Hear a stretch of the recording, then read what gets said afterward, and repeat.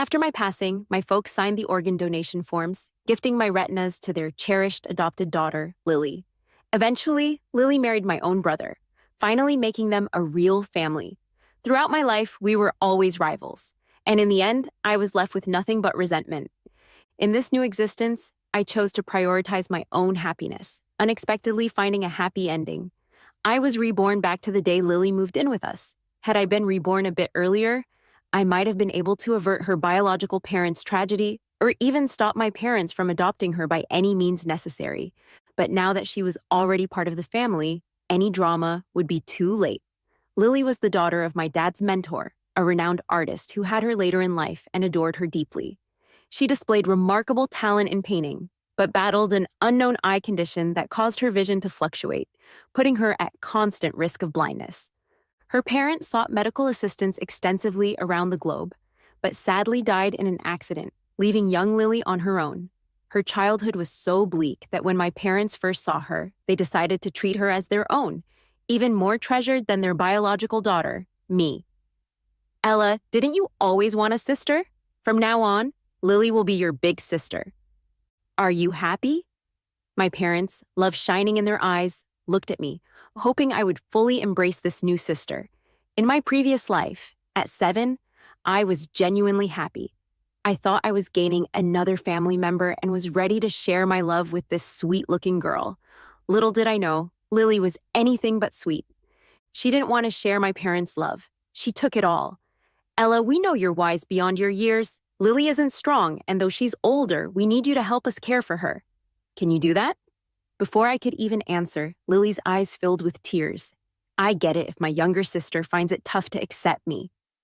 Who wants to share their family's love? Don't worry, I can go back to the orphanage. Sometimes I seriously wondered if Lily had been reborn too. How else could an 8-year-old be so manipulative? Before I could even protest, she had already painted me as the jealous one. My mom, feeling sorry, wiped Lily's tears. Lily, don't cry. It's bad for your eyes. Why do you still call us uncle and aunt? From today, we are your mom and dad. Lily lifted her innocent face, tears still sparkling on her lashes.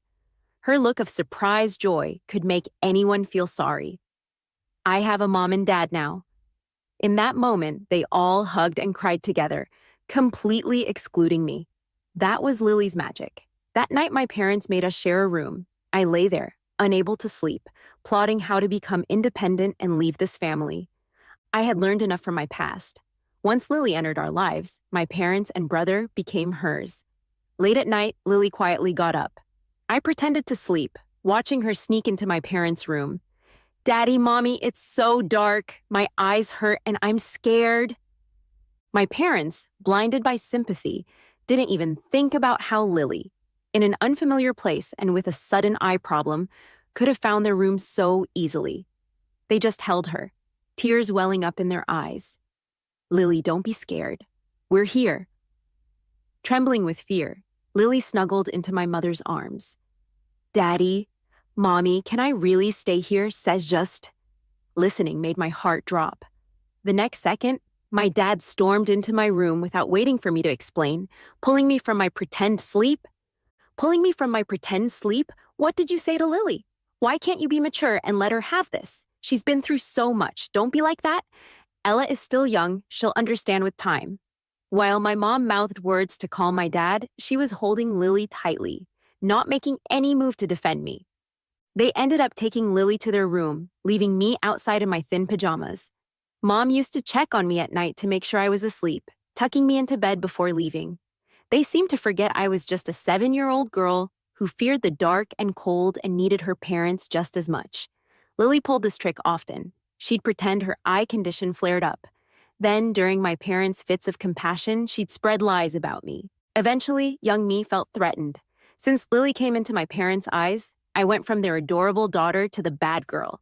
So I started competing with her, trying to match everything she had. Lily was a master actress, always showing a kind and gentle demeanor, constantly yielding, which only deepened their sense of indebtedness toward her. I spent my life battling Lily and still never won. Even my beloved older brother fell for her charm. The entire art world knew the Roberts family had a pitiable genius adoptive daughter, Lily, and a brash, jealous biological daughter, Ella. In this life, I decided to stop competing with Lily. I was going to live the life I truly wanted. The next morning, Lily's and my parents' laughter echoed from the dining room. I quietly went downstairs, noticing Lily sitting in my seat, using my favorite dishes. Upon seeing me, the cheerful mood shattered, as if I was the intruder. My mom's face flushed with a hint of awkwardness. Ella, why are you up so early today? Lily doesn't have her own set of utensils yet, so she used yours. How about you use your brother's set? I don't want to. I don't like taking other people's stuff. As soon as I said that, everyone could tell I was being sarcastic about Lily. Dad still seemed mad about yesterday when I bullied Lily. His usually kind face turned really sour. I glanced at the table: milk, sandwiches, bacon, and eggs, all Lily's favorites. I'm lactose intolerant, so I usually have porridge for breakfast. Oh, I forgot you can't drink milk. I'll make some soy milk for you soon, Mom quickly said, trying to smooth things over, worried about revealing how much more she cares for her adopted daughter than me. With a smack, Dad slammed his cup down and scolded irritably. Why all this fuss? You've spoiled her too much already. We're taking Lily to handle her school transfer, and there's no time to waste. In the past, a comment like that would have broken my heart, and I might have thrown a fit. But now, all I felt was numbness. I quietly sat in the corner of the table. I noticed Lily eating with a self-satisfied smile on her face. But by the time she looked up, her face was already full of sadness. Dad, don't say that about my sister. She isn't like me. She was pampered all her life. Of course, she's a little spoiled. It just means you love her a lot. My saintly parents were moved to tears again, thinking how angelic Lily is. Meanwhile, I, who had everything from the start but was still so bratty, was actually the problem. The looks they gave me were now tinged with deep disappointment. I wasn't bothered. In my past life, my relationship with Mom and Dad was almost beyond repair. I didn't care how they saw me now. I could try to please Lily and be that easygoing sister. I'd still be their good daughter and maybe get some scraps of their attention left for her. But I'd make Lily realize that the family and love she worked so hard to win mean nothing to me. When they got home after transferring Lily's school, I had already moved my stuff out of my old room and into the empty nanny's room. I wasn't giving up space for Lily's sake, just trying to keep my own private area. Dad gently patted my head and said, Ella, you're so understanding, a truly good daughter. A younger me might have been proud of that comment, but having lived it once before, I knew what he meant. I had to always accommodate Lily, sacrificing my happiness for hers, to be a good daughter. Without asking, Lily barged into my room to have a look. When she saw the entire set of art supplies my parents once bought for me, her face turned instantly pale, and she threw herself into Mom's arms, crying weakly. I want to paint like my sister with nothing to worry about. Mom looked at me with a pained expression, hesitated for ages before finally saying, Sorry, Ella. Can you put away your art supplies for Lily's sake? Here we go again. Since Lily showed up, my space has been shrinking, and eventually, even my hobbies and dreams got stripped away. It was like that in my past life, too. Lily's eyes weren't great, so she couldn't draw for long periods. I kept cutting back on my painting time. Despite being a painter's daughter, I couldn't freely buy art supplies or attend art classes because it might upset Lily. Yet, Lily could sit comfortably with Dad learning to paint. Each of her works got framed beautifully, while mine got buried at the bottom of a box. It even happened during our art school exams. Lily had a sudden eye issue and couldn't finish her test, so she swapped our names on our exam pieces. When the results came, I recognized the masterpiece with Lily's name was mine. I begged my parents to stand up for me, but all they did was hold a sobbing Lily, telling me to be forgiving. Ella, next year you can retake it, but Lily's time is running out. You know she could go blind any moment. They said it so easily. They didn't know how much time I, less talented than Lily, put into practicing, staying up late sketching in the dark until my eyes were almost ruined. I broke down and shouted, Was taking care of my parents not enough? Now she wants to take my life too. Give me back my spot, or I'll leave this house for good. My protest didn't make my parents regret anything. Instead, Dad embarrassingly slapped me. Do you think you beat her if her eyes weren't sick? You've got no talent in art. Even if you go to art school, you'll only just get by. I held my stinging cheek, shocked that my own father could say such things. In the end, Lily went in my place to art school. I became a laughingstock, the girl who lost to a blind foster sister. My dreams of art shattered, leading to an uneventful life. Living this life again, I no longer cared about painting. So, right in front of Mom and Dad, I tossed that set of art supplies in the trash. Dad's face darkened instantly, but he knew they were in the wrong, so he just left sulking with Lily. As summer arrived, my brother Jake, who studied abroad, came home to meet the famed new sister, Lily. Just like before, Jake was instantly charmed by Lily when he first met her. She wore a cloth over her face like a blind girl, feeling her way through the living room, and then coincidentally fell into his arms. Blushing red, Lily softly said, "I want to learn how to live in the dark now, so that I won't be a burden to my parents and brother when I go blind someday." Lily really knows how to talk. She subtly pushed me aside, hinting to Jake that we don't get along. Young and fiery, Jake was stunned into silence. The girl in front of him was like a delicate leading lady from a K-drama, evoking compassion. He immediately vowed in his heart to take care of Lily forever. Our parents suggested that we all go out for a day to welcome Jake back. I didn't want to join them. They were like a happy family of four. And what did it have to do with me, the spoiled, jealous, unloved little sister? But Lily just had to make things awkward for me. She hid in a corner with tears rolling down her cheeks like little pearls, saying, "Mom, Dad, you should take my brother and sister. I'm afraid I'd spoil your family reunion." Jake hurriedly wiped her tears with gentle care. "Why say that? We've been a family for a long time." Lily pretended to shy away from Jake's hand while throwing a timid look at me, silently accusing me. Jake immediately glared at me with anger. "Ella, why are you bullying Lily? You weren't like this before. What have I become? Clearly you all have changed. The mom who used to think of me at every turn, the stern but gentle dad, the brother who always protected me, all became strangers to me." I just gave a cold smile and looked straight into Jake's eyes. "Why don't you ask Lily what I did to bully her? I've already given up my room for her. What more does she want?" Lily seemed guilty when I asked her and avoided my gaze. Her fearful demeanor ignited Jake's protective instincts even more, as he yelled at me without a second thought. "It's your condescending attitude that hurts her. Lily just joined our family, so it's only right you accommodate her." Suddenly, it was like I was the enemy that needed to be fought, and Jake saw himself as the prince protecting a princess. My overly empathetic parents sided with them, saying, "Ella, your brother rarely comes home. Don't make him angry. Apologize to him and Lily." I glanced at this family whose biased behavior could be seen from the South Pole and replied firmly, "Lily can have whatever she wants because I don't care. But apologize? No way." After throwing that line, I locked myself in my room, shutting out the sound of Jake's frustrated yelling. The rest of the family went out and had a great day together, not once calling to check on me or bringing any food back for me. In my past life, I would have felt incredibly wronged, fasting or even running away just to make my parents feel guilty. But now, I know such antics are pointless and only harm my own well-being. I made myself a nice bowl of instant noodles, eating as I opened a study guide I secretly bought. Ever since my rebirth, I've been studying hard to better myself, never slacking off for a day. I decided to take control of my life this time and aim for a career in medicine. So at 7, with the intellect of someone in their 20s from my past life, I quickly outpaced Lily in academics. Her act might work on my compassionate family, but not on the teachers. Failing grades remain failing grades. At the end of the semester, I came in first place while Lily was at the bottom. Whenever her poor grades meant teachers called in our parents, she cried and said the pressure triggered her eye condition. Yet she refused to transfer to a special school. Exam weeks always turned our home into a chaotic mess.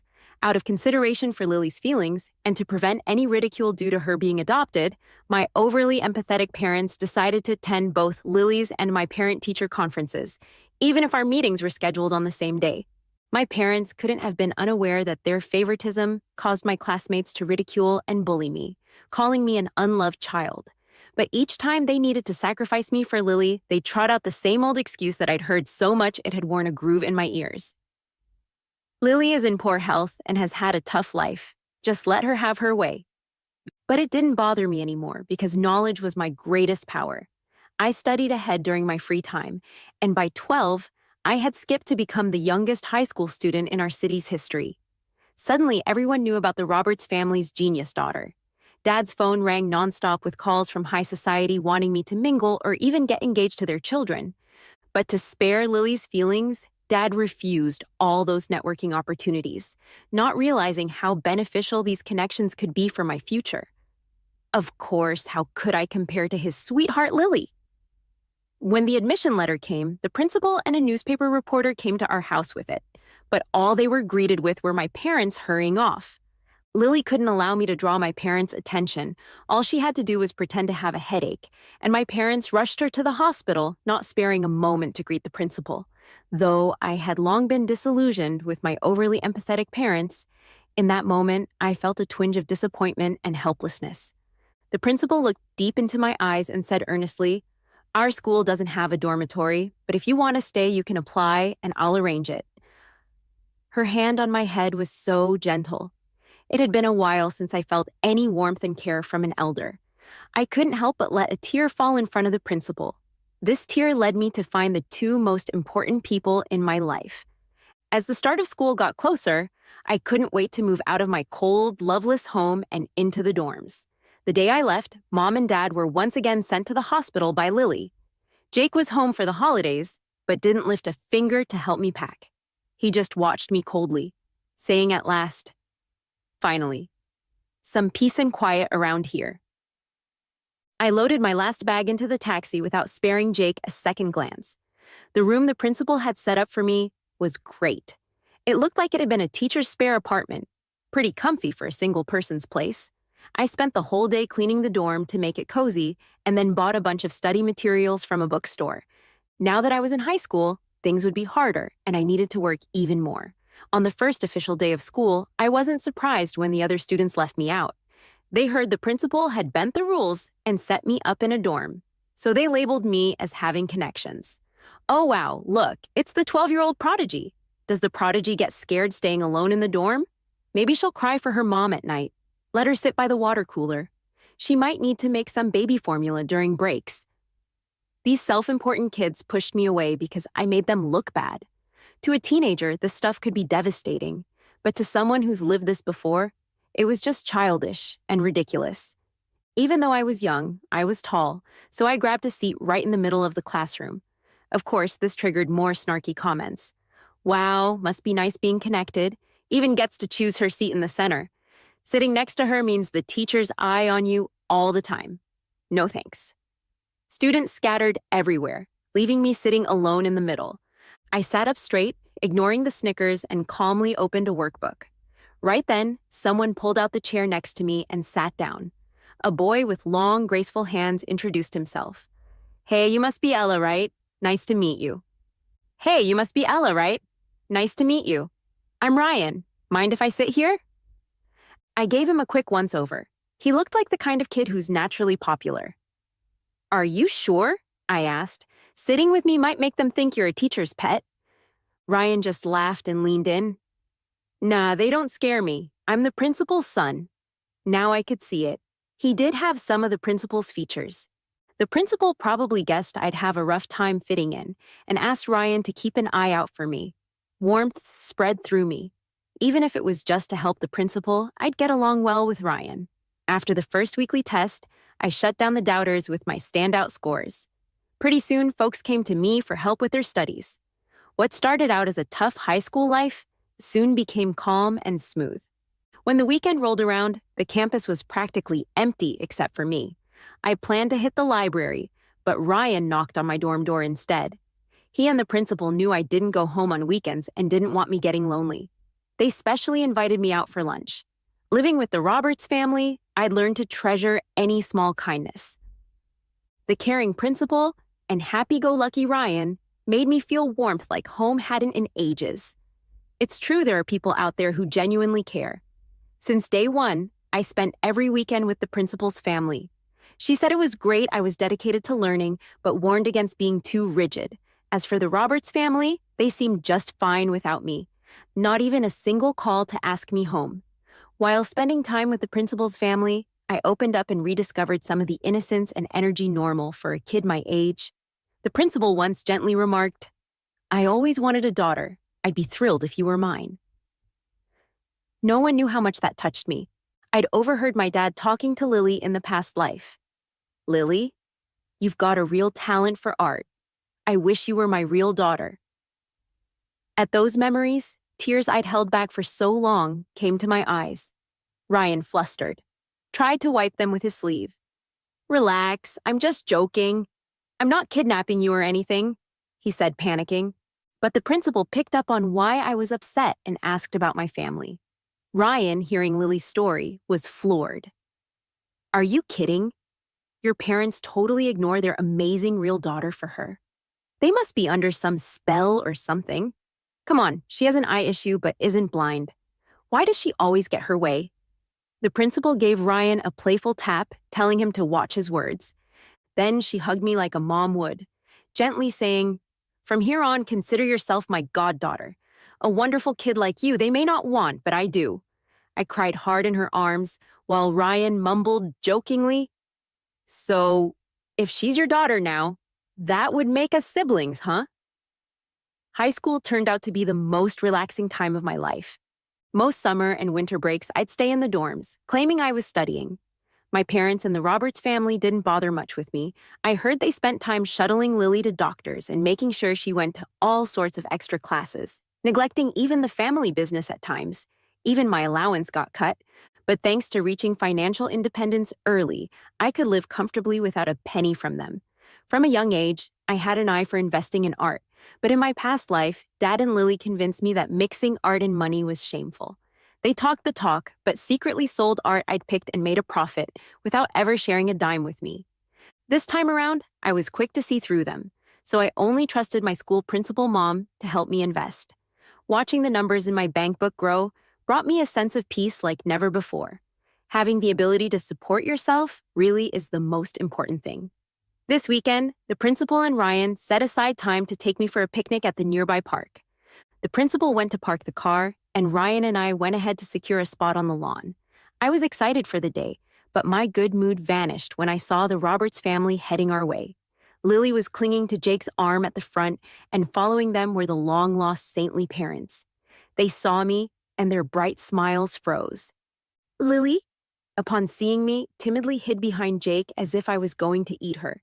She looked like a weak little flower, which triggered Jake's protective instincts, and he glared at me fiercely. You always claimed you were studying. Turns out it was a lie. Lily noticed Ryan walking beside me and bit her lip with a hint of resentment. Ella, are you on a date with your boyfriend? Your parents are so worried about you, and you don't even come home during the holidays. You've changed since starting high school. My saintly parents were shocked, staring at me and Ryan. Ella, you're so young and already lying to us because of a guy. Are you trying to drive us crazy? Why can't you be as obedient as Lily? They took turns throwing criticisms at me, not giving me a chance to explain. Even though Ryan was aware of how biased the Roberts family was, he was still stunned by their barrage. Just then, the principal returned from parking. My parents saw her and quickly put on a friendly face, not a hint of their earlier hysteria. Lily, knowing she would be applying to high schools next year and wanting the principal's help, especially with her grades not being great, relaxed her grip on Jake and tried to play nice. I knew Ella wouldn't lie to us. The Roberts parents also came around, apologizing with awkward smiles. They were mainly afraid of offending Ryan, and I was just a side thought. Principal, thank you for taking time out to bring Ella out on a weekend. Ryan couldn't hold back a smile of disbelief at the family's quick change of attitude. Ella's folks, can you guess why we're out here for a picnic? Jake, noticing Lily's gaze fixated on Ryan, spoke more harshly. Why else? The weather's nice. We brought Lily out for some sun. He trailed off when he noticed the cake Ryan was holding. Yep, not a single person from the Roberts family remembered today was my birthday. I couldn't help but smirk. Aren't you worried about me, Mom and Dad? How could you forget my birthday? Last month you threw a whole party for Lily. With each sentence, my mom's expression grew more uneasy. She struggled to speak, but couldn't utter a word. As for my dad and Jake, they were too stubborn to admit they favored Lily, always claiming they treated both daughters equally. It's because you never come home for the holidays. We wanted to celebrate, but We couldn't if you're not here. Ryan stepped forward, shielding me with a slightly hostile look at my family. Couldn't celebrate, but you could always give Ella a gift. What did you prepare for her? Just some empty promises. The Roberts family hadn't prepared any gifts at all. Seeing their guilty expressions start to surface, Lily, like a faucet, began to cry on cue. Ella, don't blame Mom and Dad. It's all my fault. If I weren't so frail, they wouldn't worry so much and forget your birthday. It's right to hate me. I'm better off dead. As she sobbed, she stumbled towards us, but both Ryan and I instinctively stepped aside, letting her fall awkwardly on the ground. Lily, being the center of the Roberts family's adoration, even a minor scrape had them heartbroken. Jake was the most impulsive and rushed to slap me. Did you push Lily? But the slap didn't land on me. Ryan, who often worked out, blocked it solidly. Ryan, tall and strong, held onto Jake effortlessly. The principal looked seriously at my parents, her sharp gaze condemning their failure as parents. I clearly saw the girl fall on her own. How can you hit Ella without proof? You treat her like this and blame her for not coming home? Isn't that ridiculous? The principal left them with those words, taking Ryan and me away from the Roberts family. Both the principal and Ryan worried I'd lose interest in celebrating my birthday because of this chaos, but I'd long since given up on them. What mattered more was making cherished memories with those who truly cared about me. We shared the cake by the scenic lakeside. The principal gifted me a brand new backpack, while Ryan gave me a handmade bracelet. Thinking about clumsy Ryan trying to make a bracelet made me laugh, making him blush and jump around embarrassed. 2 years flew by, and I was about to graduate from high school. To completely step away from the Roberts family, I decided to study medicine abroad. My grades were excellent, so the university was offering me a full scholarship. When the acceptance letter arrived at home, the Roberts family finally found out I planned to attend college abroad. I thought my overly religious parents would blame me for making decisions on my own, like they always did before. Surprisingly, their attitude towards me had changed drastically. They were sweet and caring, even calling me a worry-free kid. Turns out, with Lily having medical treatments and extra tutoring for a fancy high school, the Roberts family was financially drained. They somehow caught wind of my investments in art galleries with the principal over the years. They shamelessly asked me, their underage daughter, for money. I cast a bemused glance at Jake, whose art degree left him idle and draining the family's finances. The family's out of money. Why doesn't my brother get a job? I said. Lily rushed to defend her beloved. Jake was taking care of me. He turned down several job offers because of me. She was now calling him Jake instead of brother. Without my interference, Lily and Jake became a couple sooner in this life. From my bag, I took out a prepared bank card. Since my rebirth, I had tracked every penny the Roberts family spent on me. It included my parents' retirement funds, all loaded onto this card. Dad, Mom, just so you know, this money is for your retirement. If you give a cent to Lily, consider me done as your daughter. The room tensed immediately. Lily collapsed helplessly into Jake's arms, looking devastated. My dad, furious, knocked the card to the ground and stomped on it angrily. He scolded me, pointing. Then leave. No way we have such a cold-hearted child in the Roberts family. Without hesitation, I took my signed certificate and left. As I reached the door, I heard Lily and Mom crying as if I was the cause of this family drama. I couldn't help but gaze at each phony face in the Roberts family with cold disdain. Am I cold-hearted? Have you noticed that ever since Lily came, I haven't been in any family photos? Mom and Dad stared blankly at the frame in the living room center. They hugged Lily and Jake with kind smiles.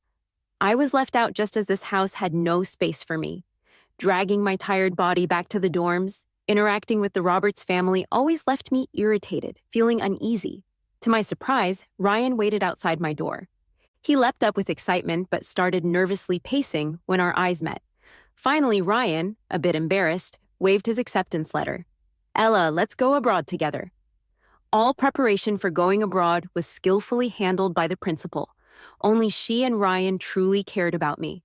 Before leaving, I had a heart-to-heart with the principal all night.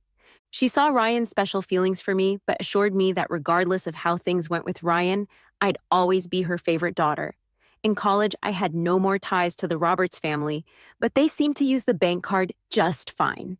From old friends, I heard news about the Roberts family, but they seemed to use the bank card just fine. From old friends, I heard news about the Roberts family hitting a snag. Lily's eye condition flared during her art college exam. Without me, she switched her name onto another student's well-drawn paper. Lily then whined convincingly to get Dad, influential in the art circle, to cover it up. Unluckily, the paper belonged to one of the main examiner's students. The scandal revealed adoption without artistry ethics, and Lily was disqualified. Dragging Dad's reputation down in the art world, all of Lily's artwork became suspect for ghostwriting. Her sickly genius girl image was questioned, and many buyers demanded refunds. Ironically, my saintly dad, who adored Lily, seemed to snap out of the spell named Lily. Perhaps his true affection lay in the prestige of raising her. Unable to cope, Lily moved in with Jake. They soon got engaged. Jake sent me an invitation, but I wasn't about to send a gift or fly back to attend. Another 3 years went by, and Ryan and I graduated and returned home. I started studying under a renowned medical professor while Ryan founded his company, helping the retired principal with her gallery's business. Life was busy and turning at the hospital, but I always found time to see Ryan. Life felt full and happy, but one day, an uninvited guest shattered this peace. Jake and Mom burst into my professor's office, hysterically shouting, "Ella, you have to save Lily!" So Lily's eyesight kept getting worse, and now she's almost blind. She just couldn't handle the blow and tried to end her life a few times, but Jake stopped her each time. "Ella, you're studying medicine now, and your mentor is so amazing. You guys must be able to cure Lily." Mom cried her heart out, wailing that if something happened to Lily, she wouldn't want to live either. The professor, understanding the situation, revealed that Lily's condition was extremely rare, and that successfully treating it was unheard of. Jake and Mom had heard this before. After all those years of seeking help for Lily, they had to know the reality, right? But clearly, they'd lost it. And they pushed and shoved me without a second thought. "How could you be so heartless? Are you just going to watch Lily die?" I told them, "She's been bullying Lily since we were kids. Of course she won't help. You can't even save your own family. What's the point of studying medicine? Someone as selfish as you doesn't deserve to be a doctor, is she?" I've had a lot of folks unhappy with me, especially considering the professor's favoritism. Now there was a crowd outside the office, all too eager to see me thrown out because of this mess. I slapped Jake without hesitation. His face swelled up within seconds, causing Mom and the onlookers to go silent. Selfish? Heartless? Me bullying Lily? You all said Lily was to be pitted, so I gave her my room and lived in the servants' quarters. You said she needed care, so I went to school alone since I was 7. You said her treatment was a priority, so I got scholarships and didn't use any of the family's money. When Lily sneezed, the whole family rushed her to the hospital, but when I had a 102-degree fever, no one cared. You attended only Lily's parent-teacher meetings and remembered only her birthdays. Anything she wanted, I had to give up, even my parents. Sure, she's unfortunate, but I didn't cause her tragic life or illness. You question if I should be a doctor? Every book I've used was self-bought. I got into school on my own, found my own teachers. You've never cared about me a bit, and you think you have the right to be a mother. Years of grievances poured out in that moment. The crowd's judgment shifted, and they turned on Mom and Jake. Mom seemed to age in an instant. Maybe she thought she balanced everything well, but one cup was empty, and the other overflowed. Unburdened, I thought to call security to have them thrown out. Peace returned to the hospital, but from that day, colleagues seemed to look at me with newfound respect. Through hard work, I became the youngest attending physician in our hospital's history. At the same time, the gallery I co-founded with the principal really took off. Ryan and I aren't big on material possessions, so we donate much of our earnings to help girls forced to drop out of school in rural areas. I sometimes send my parents a small allowance, but that's our only connection. Later, I spotted Lily on the street. She was totally blind, walking alone with a white cane. With Jake working, she seemed back with the Roberts family. Once she looked at me with the eyes of a victor. Now her face was colorless and defeated. The Roberts family once coddled her every whim, but now she's left to fend for herself. When a kid tried tossing rocks on Lily's path, I kicked them away. I don't pity Lily. She's brought this on herself. If she hadn't cheated during the art exams, maybe she would still be celebrated as the brave, resilient genius like in the past. The Roberts family might still love her like before. Even though I'm content with my life now, I'm not forgiving Lily for everything she did. I called Ryan, asking him and the principal to dinner. The whole Roberts family drama doesn't matter anymore. These two, they're my real family, the most important people in my life. I have a career I love and people to trust with my life and caring elders. This happiness is mine alone, and no one can take it away. Sat.